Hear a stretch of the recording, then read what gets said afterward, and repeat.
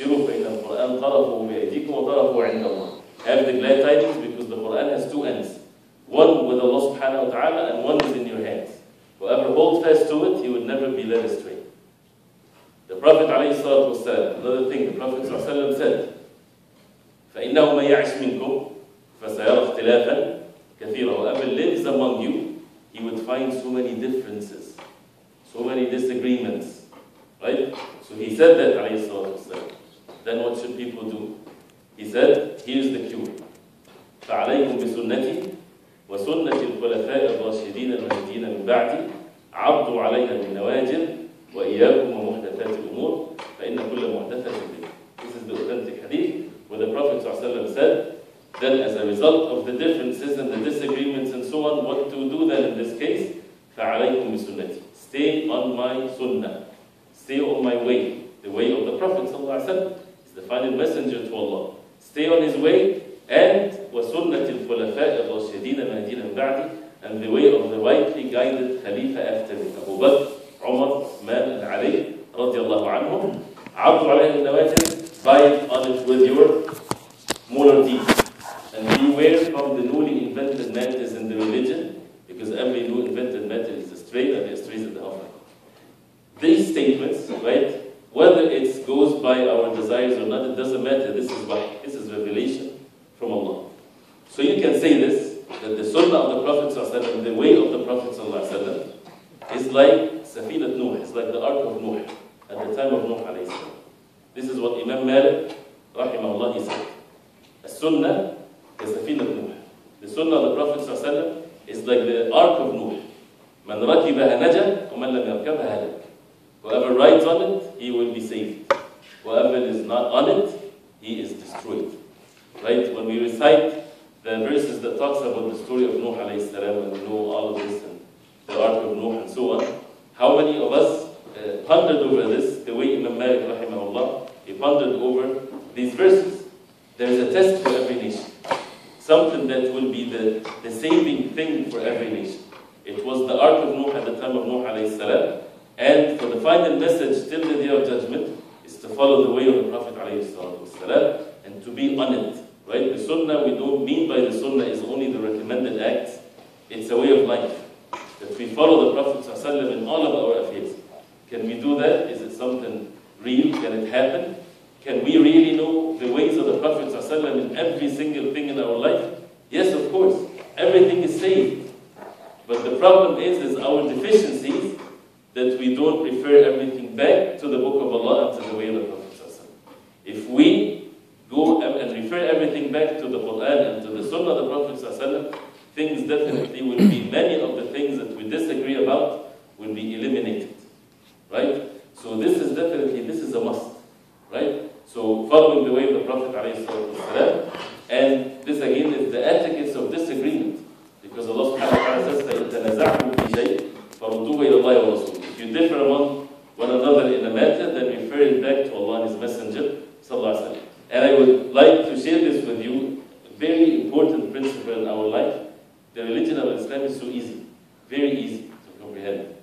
If you all know what La ilaha illallah Muhammadur Rasulullah means, correct?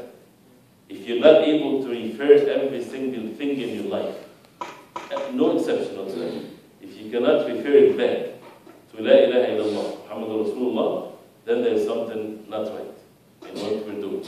Meaning, name anything, whether it's something major or something not major in one side. Salah, our prayers, for example. We have to refer it back to La ilaha illallah Muhammadur Rasulullah.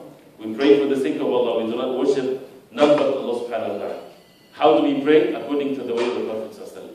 If we still, till today, we pray and we don't really think, or we do not know whether we're praying like the Prophet ﷺ or not, then we have to review what we're doing.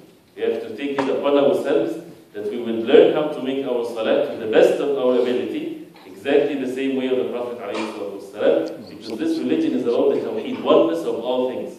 Oneness of worship, oneness of following. That's what eliminates so many of the disagreements, because it's one path, only one to worship, and only one to follow, and that is the Prophet ﷺ.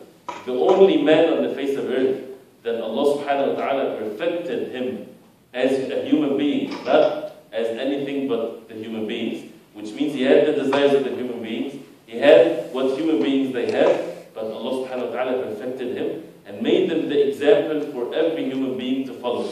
That's why everything is saved about it. If you want to know anything about the Prophet ﷺ that is related to anything in your life, you will find guidelines. If you are a father, there is etiquettes and manners to learn about this, because he was a father, alayhi salatu wasalam. If you are a husband, if the wife, there is the wives of the Prophet ﷺ and how they acted, and how they were ordered, and how they were, and so on. If a person is buying and selling, if a person has a neighbor, how to deal with the neighbor, how to deal with your friends, with those who are righteous, with those who are even committing sins, with disbelievers, with your enemies, with everything, you will find it there.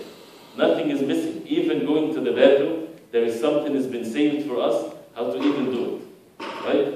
So since this is the religion of oneness of worship, and oneness of following, if we really sincerely take the matter seriously, this religion has to be taken seriously. Because Allah subhanahu wa ta'ala created us for that reason. لَقَدْ كَانَ لَكُمْ فِي رَسُولِ اللَّهِ أُسْوَةٌ حَسَنَةٌ لِمَنْ كَانَ يَرْجُو اللَّهَ وَالْيَوْمَ الْآخِرِ. Indeed, you have in the Prophet ﷺ the best example. If you need anything, again, if we cannot refer it back to La ilaha illallah, Muhammadur Rasulullah, that means we need to seek some knowledge. Also, we have to have good expectations of one another, right? Not that anybody that did anything that is opposite or different than what you're doing, that means that they are evil and you are on the right way, right? Even if it's, you have this with certainty, we have to have good expectations of others. And we have to treat people like the Prophet ﷺ did treat others, right? The Prophet ﷺ, when he said, لا تخن من خانك ولا تظلم من ظلمك. Do not betray the one that betrayed you, and do not commit injustice to the one that commits injustice against you. I will tell you an example, right? And it might not be directly related to this, but to us to see that the level of manners of the Prophet ﷺ was something that it's very difficult for people to comprehend it, that anybody would have this except people which they would follow it. We know when the Prophet ﷺ migrated from Mecca to Medina. We all know the story, right? And the disbelievers, they decided to kill the Prophet ﷺ. And out of the fear that the tribe of the Prophet ﷺ would revenge against the killer, so they decided to take a man from every tribe, and they would surround the house of the Prophet ﷺ, and then they would enter the house and they all hit him, one hit, so that if the tribe tried to revenge, then there's so many tribes to take revenge from, so they won't be able to do that. So they came and they surrounded the house of the Prophet ﷺ. The same night, it was revealed to the Prophet ﷺ from Allah subhanahu wa ta'ala the order to migrate, to go to Al-Madinah. Can you imagine, right, and ponder over this? The same people, they were trying to kill the Prophet ﷺ because he's calling people to Islam and to worship Allah subhanahu wa ta'ala alone and so on. These same people, they entrusted the Prophet ﷺ with their wealth. So they had their wealth with the Prophet ﷺ to keep it, to save it for them. In whatever time they wanted, he would give it back to them. Even at the moment when they were surrounding the house, still the money, their wealth, was still kept with the Prophet ﷺ. How would a person do this? They entrusted him that much, even they try to kill him, and they know that he knows that they're trying to kill him. And they would still, can you please keep our money with you? Because it's the level of trustworthy that he had, ﷺ. And you add to this, that the Prophet ﷺ made Ali, his nephew, anhu, stay in his place, right? And when he came out, Allah subhanahu wa ta'ala made the people not able to see the Prophet ﷺ, as it's mentioned in Surah Yasin. And the Prophet ﷺ even put dust on their heads when he was walking in front of them, and they were ready to kill him, but their eyes are open, but they can't see him. So Ali anhu stayed in this place. So when they realized there's something that was happening and they wanted to enter to kill the Prophet ﷺ, they entered, and it was Ali radiallahu anhu, not the Prophet sallallahu alayhi wa sallam. Why did he leave Ali radiallahu anhu in his place, alayhi salatu wasalam? So that he would return back the money of the people. Right? Someone like this would say, well, I'll take their money and go. These people are trying to kill me, right? But to that level of honesty and being trustworthy, the Prophet alayhi salatu wasalam, these were the manners of the Prophet sallallahu alayhi wa sallam. But when you look at human beings, or even ourselves nowadays, our manners is, if you're nice to me, I'm nice to you. If you're not nice to me, if we have a disagreement, right, and you act foolish way towards me. If I'm decent, the least thing that I would say is, I won't talk to that person anymore because he's just treating me in a bad way. This is what Allah subhanahu wa ta'ala wants from us? Is this the manners of the Prophet sallallahu alaihi wasallam? No. The manners of the Prophet sallallahu alaihi wasallam is that our niceness to others, right, it's not depending on how nice they are to us. This is anybody anybody with decency would do this. This is not religion. The religion is that when you're nice to someone, because Allah subhanahu wa ta'ala ordered us. It has nothing to do with his response. Right? The hadith, لَيْسَ الْوَصْلَ بِالْمُكَافِرِ, the one that ties the relations with his kin and kid, is not the one that rewards them, your relatives. They're visiting you, you visit them. They call you, you call them. This is not what Allah subhanahu wa ta'ala, this is not what is meant of the good deed of being nice and kind to your relatives. It's really, as the Prophet ﷺ defined it, is when his relatives are boycotting him. They don't want to do anything with him, and he's trying to connect this relationship. This is a level of good manners that you're not dealing with others based on how they are treating you. So when we apply this in our disagreements, right, we would treat people the way that Allah subhanahu wa ta'ala wants from us. Not to make ourselves victorious, right? Not to make ourselves satisfied. It's to treat them and to be concerned towards them.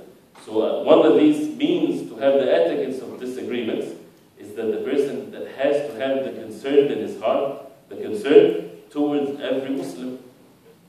The Prophet ﷺ said that Deen al-Nasiha. Deen is al-Nasiha.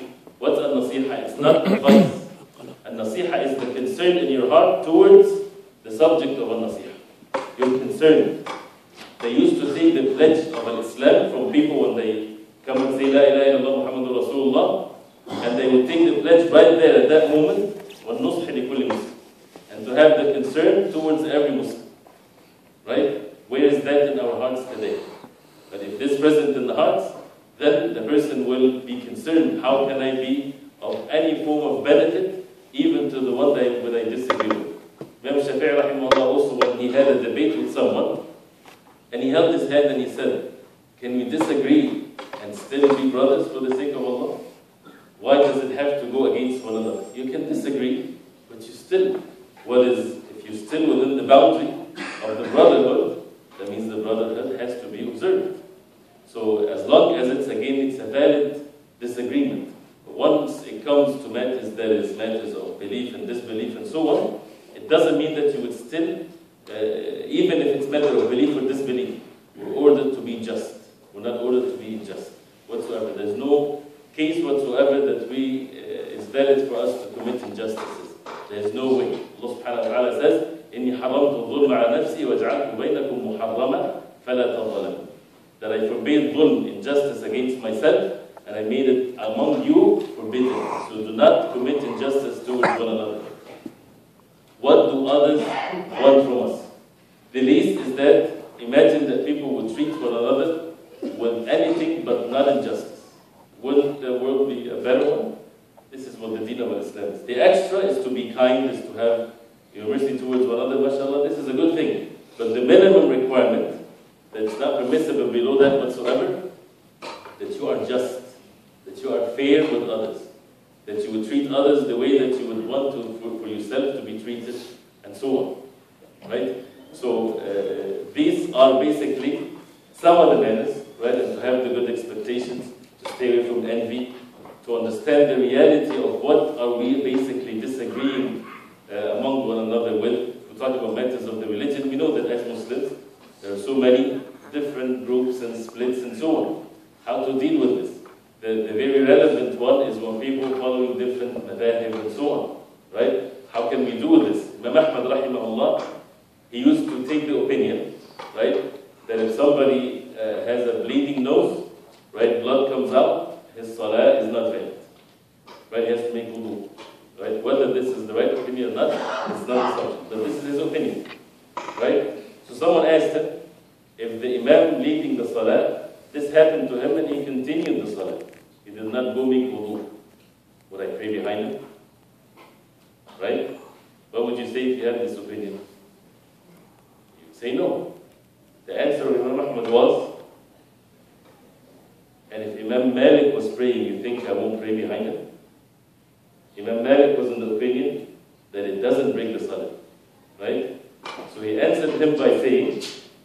Imam Malik was leading the salah, would I not pray behind? Of course I would pray behind. What is that is telling us, right? Even if your opinion, for example, you've taken the opinion that bleeding in the salah, you have to leave the salah and go make wudu, but the one that is leading the salah is not taking this opinion, and this is one of the valid things for people to have differences of opinions because of many reasons. It doesn't mean that you would have this opinion that you will repeat your salah, for example, because to him it's valid to him, so it has to be valid also for you. This is a matter of okay to have differences of opinions and how to treat one another in such a way. So if it's something in matters of belief, yes, we have to say the truth, we have to hold fast to the truth. If it refers to matters of aqidah, then yes, there has to be a clear distinction here between the truth and falsehood. But even the falsehood, it doesn't mean that you would commit injustice against who is following the falsehood, but you would not have this commonality that you would have with those who would follow the truth. Right? But you would still abuse your neighbor, you're taking care of him, and so on and so forth. Right? But he is not someone that you would have intimate relationships and so on and so forth. So the subject is a detailed one, and I think for an hour or 45 minutes, we cannot talk about it all from different ways and sorts and so on. But it's important for us to know how to realize the fact that there is differences of opinions on things. And one last thing I want to mention, some people, they take the differences of opinions as an evidence to do whatever we want, right? If people differ about the issue, then for me, as a common person, I can just choose whatever. Nobody ever said that. This is not a valid way to know the religion, right? We have to realize there is differences, yes, so that we don't fight with one another, so that we have decency with one another, but at the same time, the truth is one, and you have to do what is right, and anything that people differ in, the solution to it is referred back to Allah and His Messenger sallallahu alaihi wasallam. If you differ among the matter, refer it back to Allah and His Messenger sallallahu alaihi wasallam. You did your best, you're a common person. You don't have the knowledge, you ask the person of knowledge, you have the right to say, what is the evidence in a decent way, and you are told the evidence is this and this, and you think this is to the best of your ability is the truth, you follow that, you are excused even if it's wrong. Allah subhanahu wa ta'ala is the most forgiving because you took the means. But to say, well, since there's differences of opinion, I will just take what fits my desire, this is absolutely not permissible.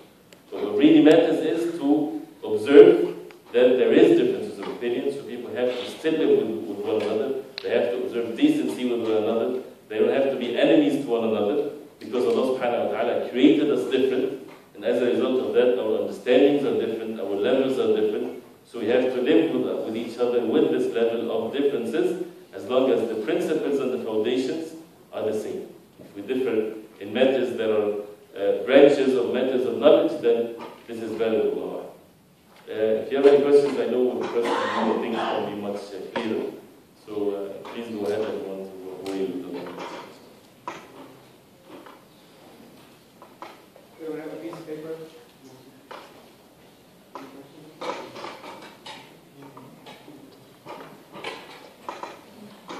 You don't have no space.